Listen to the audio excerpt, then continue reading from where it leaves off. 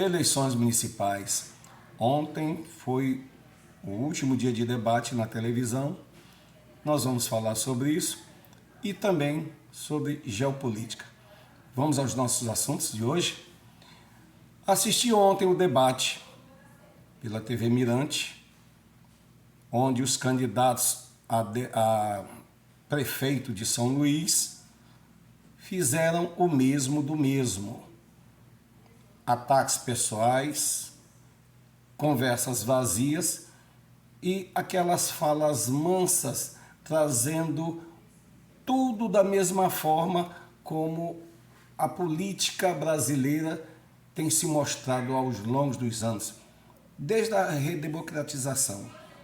Falam sobre segurança, falam sobre educação, sobre saúde, mobilidade. Mas, por incrível que pareça, todos apresentam soluções. Mas, depois que chegam lá, a coisa modifica. Vocês podem observar que todos os nossos administradores, seja ele prefeito, governador ou presidente da República, quando eles gastam demais e precisam fazer corte no orçamento, as áreas que eles atingem logo é segurança, educação e saúde. Eles pregam que vão melhorar estas áreas, mas sempre o corte vai logo aí. Nós não ouvimos eles falarem em cortar verbas do legislativo, do executivo e nem do judiciário. Por que isso ocorre? Muito simples. Porque apesar de nós vivermos numa república, mas o Brasil parece que ainda tem o famoso reinado. Os que estão lá no topo da pirâmide são os reis e toda a sua corte. Por isso eles não cortam lá. A plebe, a base da pirâmide, é quem sofre com estes cortes. Ah, mas por que eu digo os reis? Vocês já observaram onde é que o governador mora? Onde é que o prefeito mora? Onde é que o presidente da República mora? Palácio. Quem mora em palácio? Rei. Por isso eu digo que nós ainda vivemos uma monarquia disfarçada de república.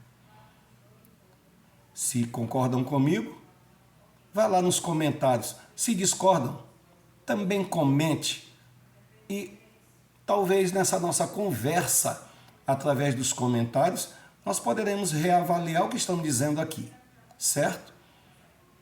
Eu, pelo menos, defendo aquele administrador que depois que assume o seu cargo, realmente trabalhe devolvendo o que nos tiraram, que são os nossos impostos, que vulgarmente eu costumo até dizer que nos assaltam. Nos assaltam. No tempo do Brasil Império, nós tínhamos um adágio que dizia o quinto dos infernos. Ou seja, de tudo que você produzia, a quinta parte era imposto.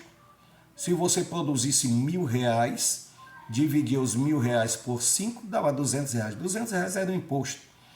Atualmente, nós vivemos mais de 2/5 do inferno. Porque quando nós trabalhamos, nos é descontado de imposto mais de 40%. E hoje em dia a gente vai aceitando, e está na hora de nós abrirmos nossas bocas e começar a gritar. Eu já estou gritando por aqui. Lá nos seus comentários, comente também se você concorda com este meu pensamento.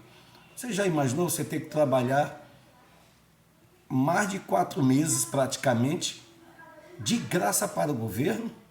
Trabalhando de graça. Você pegar seu ordenado e entregar todo na mão do governo.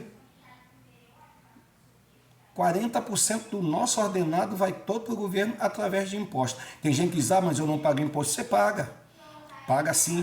Na hora que você compra o arroz para a tua casa, você está pagando imposto. E o imposto é alto. Quando você compra um carro, paga imposto.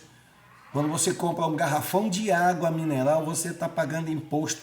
A tua cerveja, tu está pagando imposto. Em tudo que você compra, você paga imposto. Não está livre. E o que é pior de tudo, próximo ano, você que recebe 2 salários mínimos a partir do próximo ano, você vai ter que pagar o tal do imposto de renda. O leão vai dar uma mordidinha no teu ordenado e você vai ter que fazer declaração de imposto de renda. Se você não sabia, pesquise. Agora vamos falar de geopolítica. O que tem a ver política municipal com a geopolítica? Tem muito a ver, porque o teu voto coloca os nossos líderes no topo da pirâmide. E o que está acontecendo?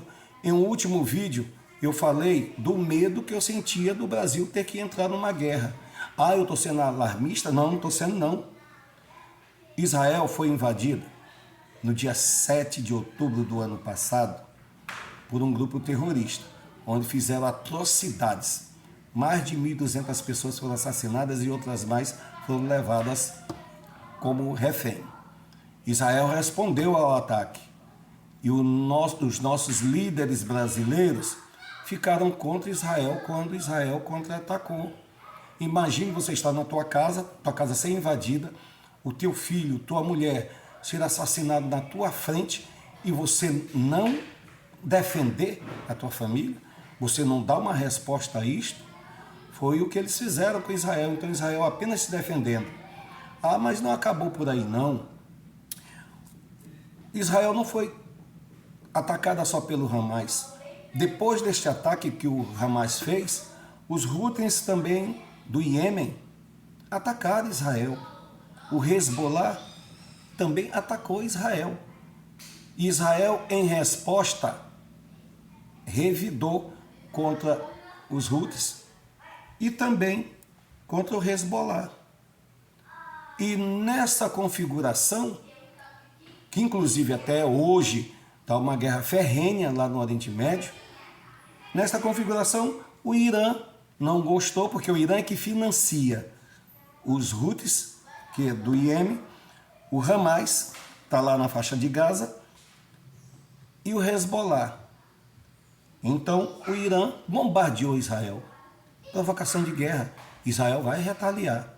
Mas o que isso tem a ver com o Brasil? Vamos analisar. Não sei se vocês conseguiram saber que o vice-presidente brasileiro, o Geraldo Alckmin, foi para a posse do presidente do Irã. E lá ele estava sentado em uma fila de cadeira ao lado de 4 terroristas, que um deles foi morto neste mesmo dia. E o que isso tem a ver? Só porque o vice-presidente foi lá? Não. Se estourar, se a guerra se acentuar mais ainda por lá, o Brasil poderá ser convocado. Mas o que tem a ver Brasil com o Irã? O Brasil tem acordos bélicos com o Irã em matéria de mísseis.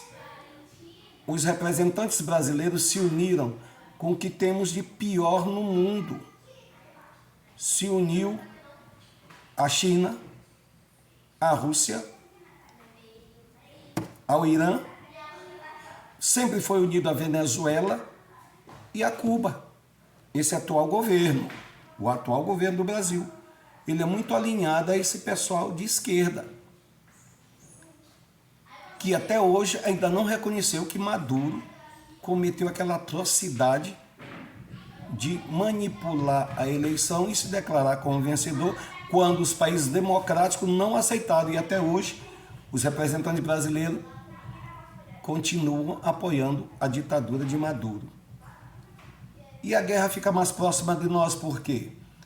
Maduro tem intenção de invadir a Guiana, por causa de Essequibo.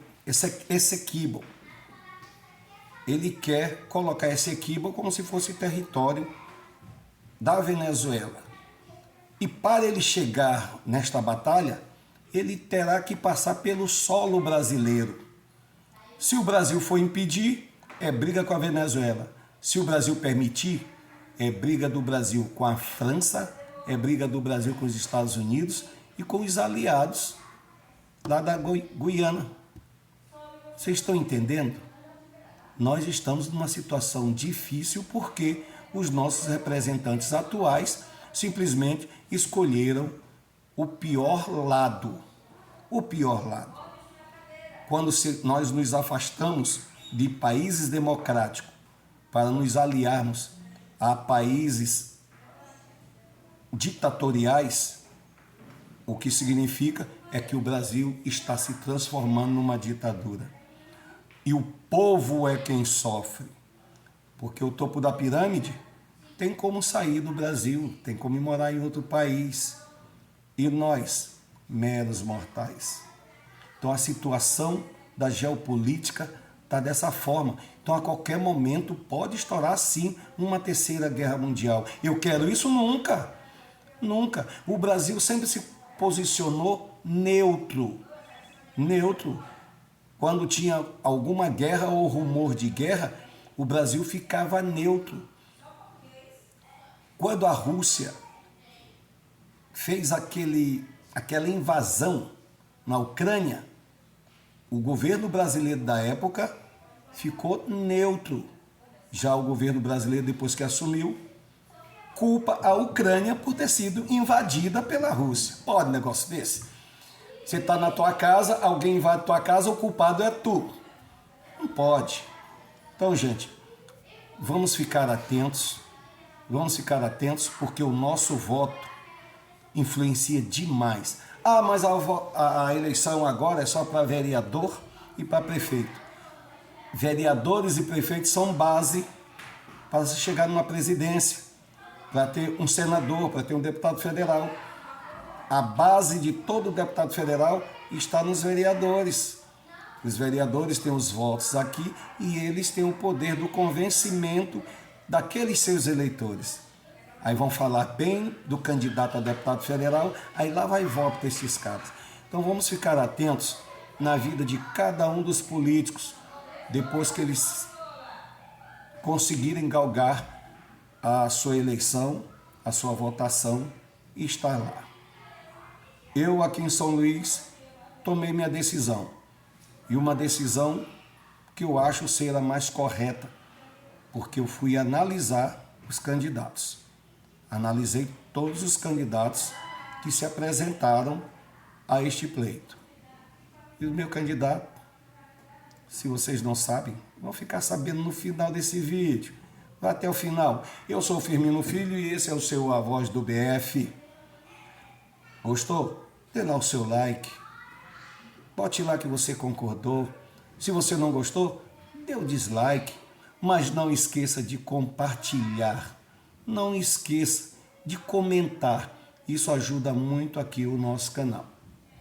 Nós iremos apresentar, daqui a alguns dias estou preparando um material, para eu apresentar um material bacana para você fazer aquela bela leitura, tá bom? É um e-book que eu estou pretendendo lançar, talvez até a próxima semana eu já esteja lançando e no decorrer desse tempo nós vamos falar mais sobre isso, tá? Acompanhe aí quem são meus candidatos. Eu te peço, vote nos meus candidatos. Se você ainda não se decidiu, vote nos meus candidatos. Ah, e a propósito, no domingo, dia 6, é passe livre. Não tem desculpa para você não ir votar. Ônibus é catraca livre. E tá aí, vocês que são candidatos, que essa catraca livre não seja só no dia da eleição. Já está na hora de nós termos o transporte livre. Beleza? Vamos começar com os estudantes. Comecemos com os estudantes. Transporte livre para estudante. E depois vai aumentando. Eu já sou idoso, ainda não tenho minha carteira de idoso de passe livre. Estava até pensando em tirar, mas ainda não tirei. Ok? Vamos ver aí quem são meus candidatos. Domingo, eleições. Não perca a oportunidade de cumprir com o teu dever cívico. Vai lá na urna. Já sabe. Eduardo Braide. Vamos reeleger. O cara está trabalhando, o cara trabalha, o cara se esforça. Vereadora já sabe, né? 40, 1, 2, 3, Concita Pinto.